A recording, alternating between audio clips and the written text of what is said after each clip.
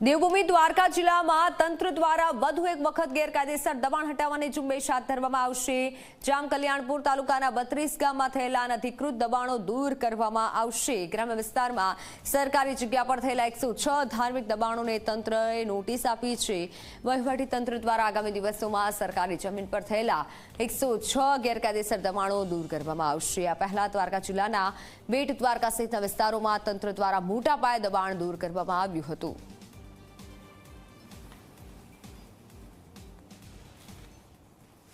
माननीय सुप्रीम कोर्टना आदेश मुजब धार्मिक दबाणों हटाववा माटे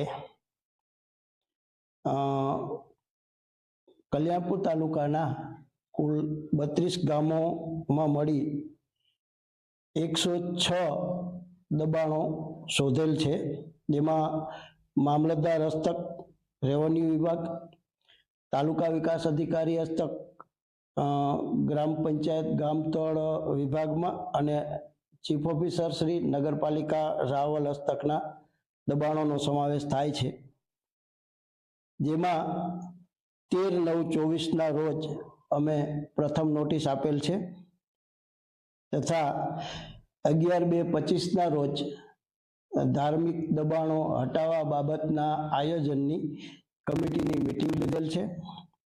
त्यारबाद 20/2/25 रोज बीजी नोटिस आपेल छे।